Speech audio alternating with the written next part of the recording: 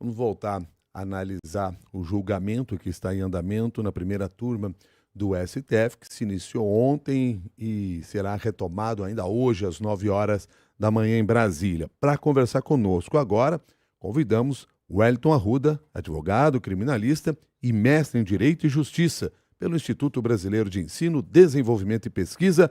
Wellington Arruda, muito obrigado pela gentileza de nos atender no Jornal da CBN. Bom dia.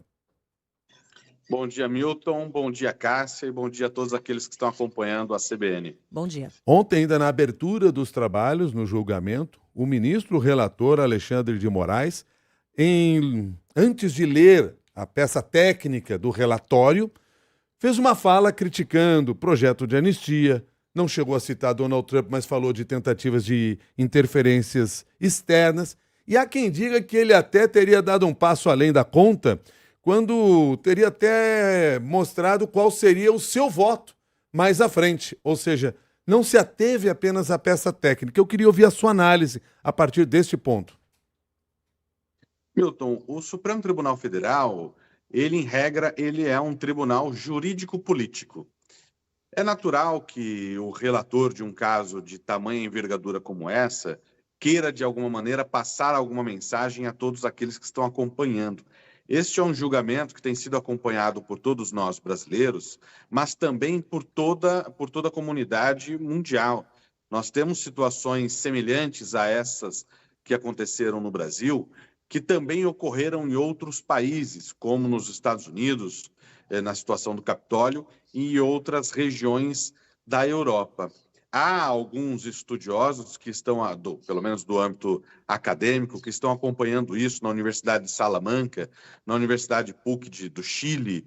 Há grupos de juristas que estão acompanhando este julgamento para tentar identificar qual será o desdobramento e a maneira com que o Brasil está lidando com isso, para que, eventualmente, se ocorrer situações como essa em seus respectivos países, possam, de alguma forma, levar um pouco da jurisprudência brasileira para o exterior. Então, sendo um tribunal jurídico-político, como de fato é natural que o ministro relator tenha, de alguma maneira, uma mensagem a passar a todos aqueles que estão acompanhando, tanto no Brasil quanto fora. E qual a avaliação que o senhor faz a respeito das falas do procurador-geral que também foram realizadas neste primeiro dia de julgamento? O Procurador-Geral da República, Cássia, ele é uma parte, ele é o órgão acusador. Todas as artimanhas que ele puder encontrar para conseguir convencer os juízes, neste caso os ministros do STF, da sua tese condenatória, ele vai se utilizar. Então é natural também por parte do PGR que ele utilize o tempo que lhe fora dado para fazer com que todas as formas de argumentação, de persuasão, possa ser levada ao convencimento de cada um dos ministros que serão os juízes julgadores desse caso. É natural, isso ocorre corriqueiramente no Poder Judiciário de modo geral, né? Não é uma novidade para nós. Pelo que se conhece da própria dinâmica dos ministros que fazem parte do STF, nós chegaremos agora numa nova etapa depois da fala de todos os advogados de defesa. Os argumentos até aqui apresentados, eles são suficientes para fazer com que esses ministros mudem a sua perspectiva do voto nos próximos dias? Porque imagino que muitos deles já tenham estabelecido, a partir das informações levantadas, qual é a sua linha, qual é a sua direção. Esses argumentos seriam suficientes para mudar este direcionamento? Eu tenho acompanhado de forma muito próxima este caso, né? Eu não tenho como dizer efetivamente se há condições de modificar o julgamento daqueles ministros que muito provavelmente já têm seus votos escritos.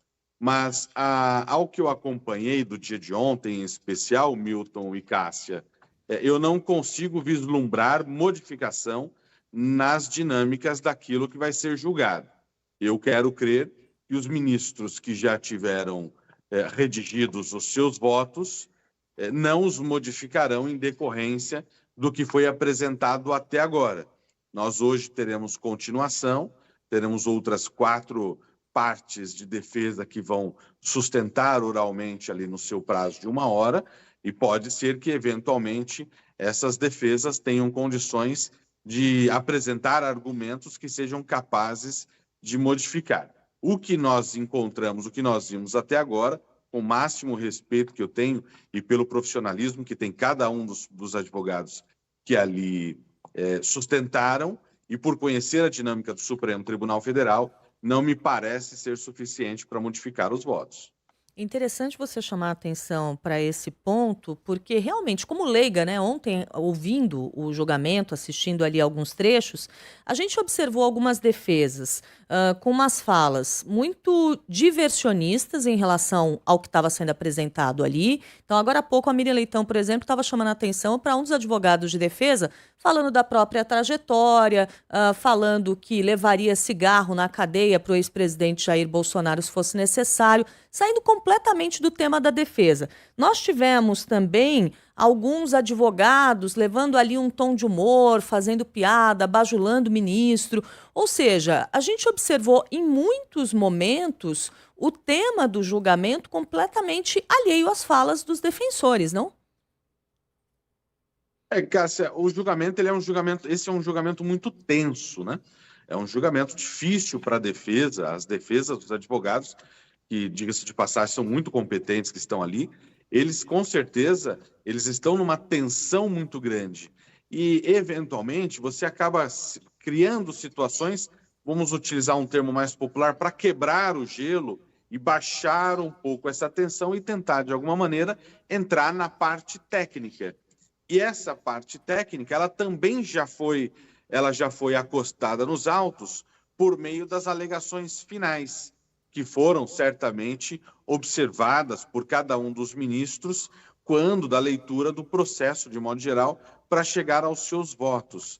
Mas esse momento da sustentação oral, eventualmente, os advogados, a depender da tensão, do calor da situação, você cria mecanismos para tentar diminuir essa tensão. Claro, não tenho a mínima possibilidade de entrar no mérito do que ocorreu, mas a sustentação oral é um momento para você tentar convencer o julgador da sua tese. E um pouquinho dentro dessa sua dinâmica, você diminui a tensão, trazendo um pouco mais de leveza para o julgamento, né? Wellington Arruda, muito obrigado pela sua gentileza e sua análise aqui no Jornal da CBN. Um bom dia. Eu que agradeço, Milton, Cássia. Um bom dia, um bom trabalho a vocês. Muito obrigada. Wellington Arruda é advogado criminalista e mestre em Direito e Justiça pelo Instituto Brasileiro de Ensino, Desenvolvimento e Pesquisa, IDP. Conversou com você no Jornal da CBN.